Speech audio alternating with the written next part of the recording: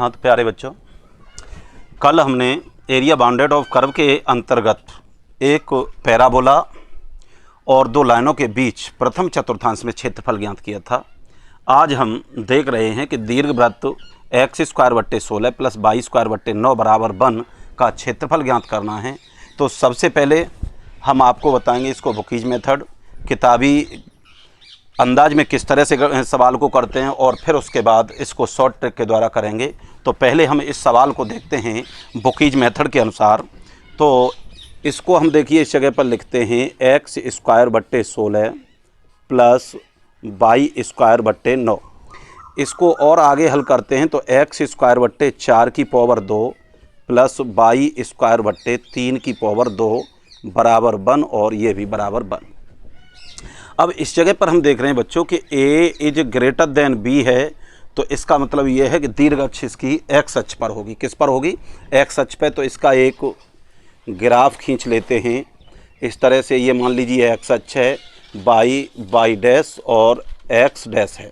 अब जब इसकी दीर्घ अक्ष x अक्ष पर है तो इसका जो आकार होगा दीर्घवृत्त का वो किस तरह से होगा? इस तरह से यूँ होगा।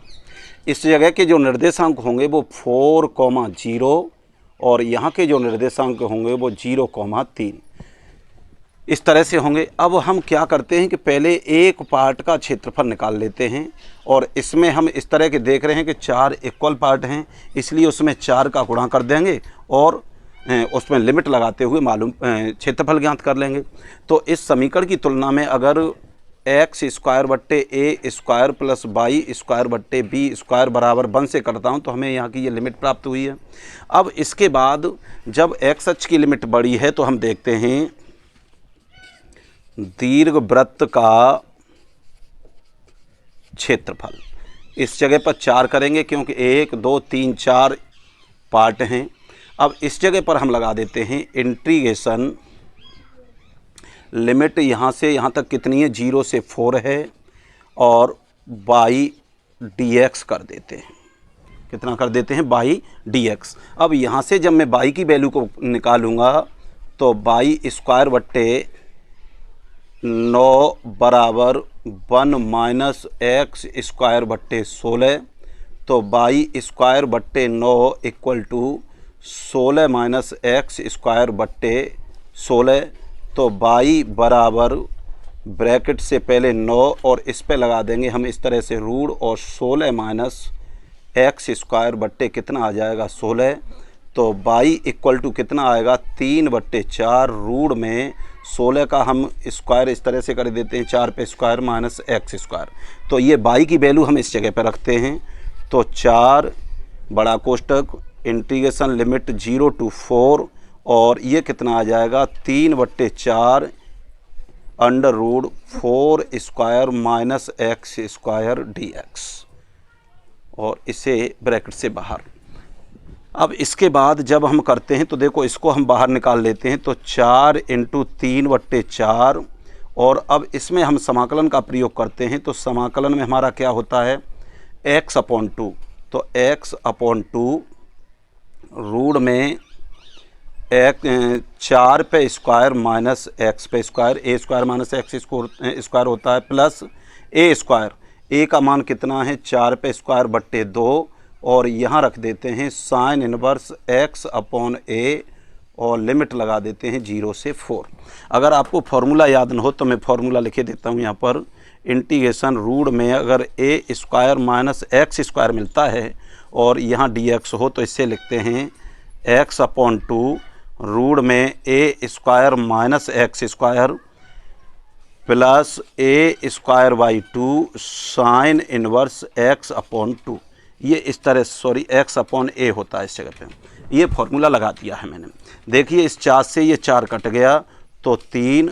अब हम इस जगह पे लिमिट रखते हैं। अपर लिमिट को जैसे ही मैं रखूँगा तो देखो 4/2 रूट में 4 पे स्क्वायर, एक्स की जगह पे 4 रखूँगा तो 4 पे स्क्वायर, प्लस इस जगह पे 16/2 साइन इनवर्स 4 बट्टे, और ए की वैल्यू हमारी कितनी है 4 है, तो इस जगह पे 4 रख दी जाएगी।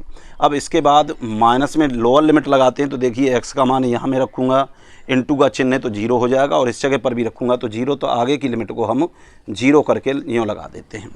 अब देखिए ये बचेगा हमारा 3, यहाँ से इसको मैं कट करता हूँ तो 2, 4 में से 4 जाएगा तो 0 बचेगा, प्लस 2 से ये कितनी बार कटेगा 8 बार, और इस जगह पर रख देता हूँ मैं साइन इनवर्स 4 से 4 कटेगा तो ये कितना आ जाएगा 1। अब इस जगह पे देखिए मैं रखता हूँ 3, ये 0 हो गया, plus 8 into sine inverse, sine में मान कितने का होता है, ये साइन π/2 का।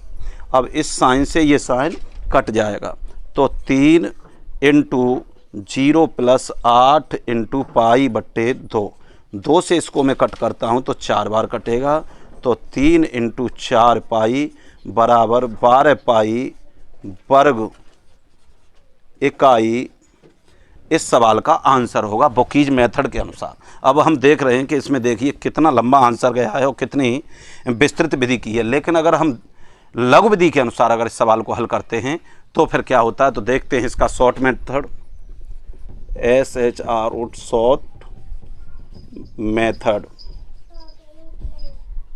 तो इसमें देखिए जो दीर्घवृत्त है उसको हम लिख लेते हैं x²/16 प्लस y²/9 बराबर 1।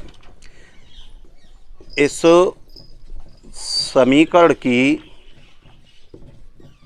तुलना x²/a² plus y²/b² equal to 1 से करने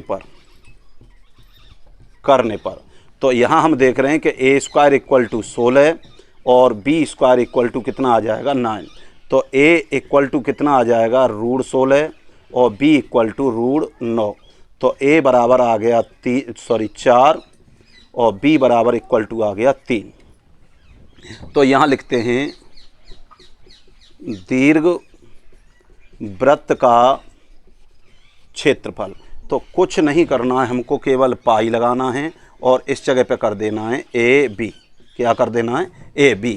तो इस जगह पे देखिए पाई, A की वैल्यू हमारी कितनी है 4 और B की वैल्यू हमारी कितनी है 3, तो 4 या 12 पाई वर्ग इकाई इस सवाल का आंसर होगा। तो देख रहे हैं आपके लघु विधि द्वारा कितने जल्दी और सटीक एकदम, यहाँ पर भी 12 वर्ग इकाई आया था और यहाँ पर भी 12 वर्ग इकाई है। तो इस तरह से आप ट्रिक का अंदाज लें, ट्रिक को लगाएं और उत्तर पाएं।